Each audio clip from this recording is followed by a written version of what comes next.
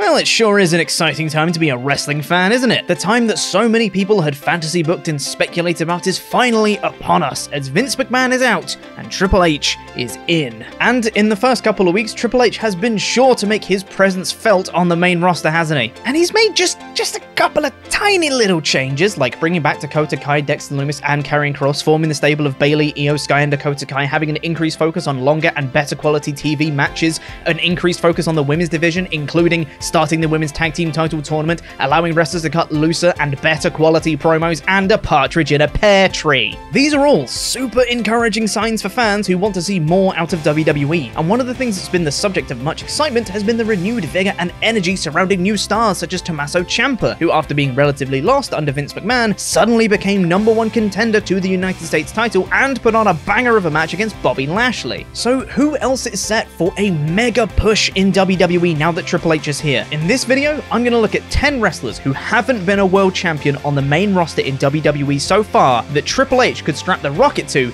and give them that world title reign. I'm Chopper Pete Quinnell from WrestleTalk, and this is 10 WWE wrestlers Triple H could push to the moon. Before we get into it, it'd be greatly appreciated if you would consider subscribing and liking the video. I've got a lot more of these other essay style videos on the channel, and I've been told that they're good, so maybe you should go watch them. Yay! Number 1, Shinsuke Nakamura. Out of everyone on this list, this to me feels like someone who has already come the closest to being a world champion on the main roster already. Not only did Shinsuke lose to Jinder Mahal for the WWE Championship in 2017, twice, but also lost 3 times in succession to AJ Styles for the same belt the following year. But in that first title shot at SummerSlam 2017 and at WrestleMania 34 against AJ Styles, fans were ready to accept Shinsuke as a world champion, and it would have been a really nice, exciting change for the main roster. Since then, though, things haven't been quite as peachy for Shinsuke. Despite having United States and Intercontinental Championship reigns, Shinsuke has never felt like that main event level talent since. And honestly, having Shinsuke Nakamura on your roster, the king of strong style, and him never being a world champion feels like a travesty, especially when you compare it to his work not only in New Japan, but in NXT, in their own company. Shinsuke was a huge star in NXT, being a former 2-time NXT champion and having a great feud with Samoa Joe over the belt, as well as putting on unforgettable matches against the likes of Sami Zayn at TakeOver Dallas, which to this day is one of my favorite matches of all time.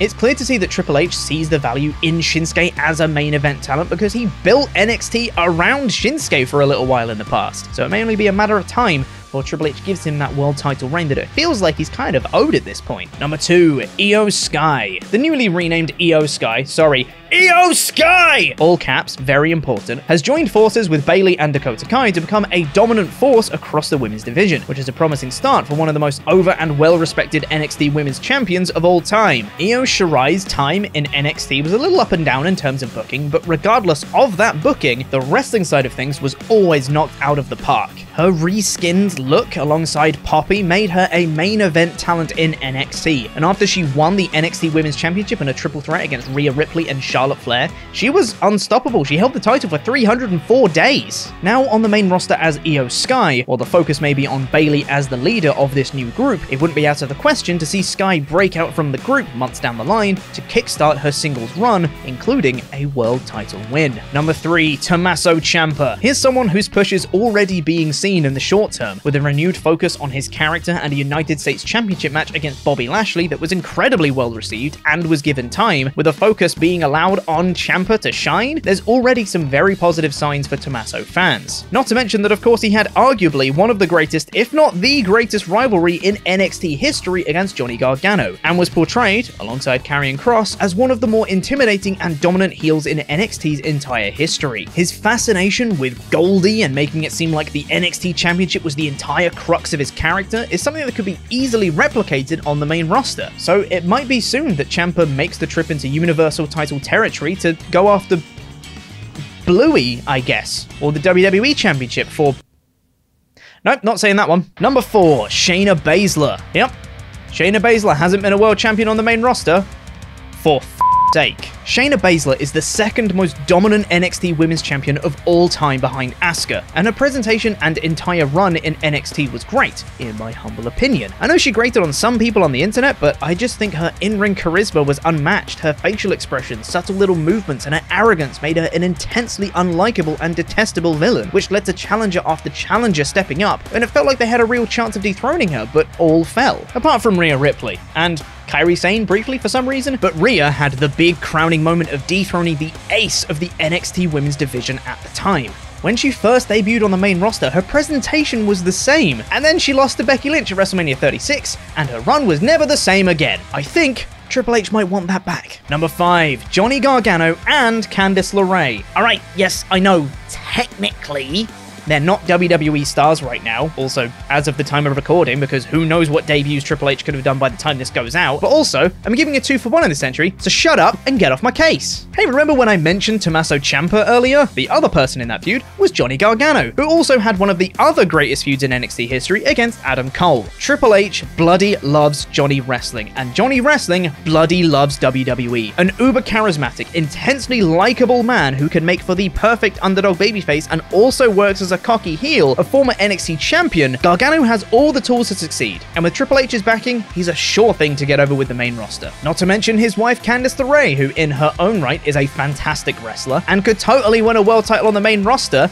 maybe at the same time as her husband Johnny, and they could run the whole power couple thing as heels, or maybe just a couple of lovable underdog babyfaces. Candice has the same characteristics as her husband. She has the ability to work as both a face and a heel. She has all the tools she needs to get over with the main roster audience. Now we just need them to re-debut. Or maybe they already have. I don't know when this video is going out, things take time to edit. Number 6, Karrion Kross. Well, this one is pretty obvious now, isn't it? Karrion Kross debuted on SmackDown and was immediately inserted into the main event scene alongside Roman Reigns and Drew McIntyre, so it naturally seems like only a matter of time before he wins a world title. All it'll take is the right push at the right time, and Kross is a surefire contender to win a world title, and maybe that push will happen soon.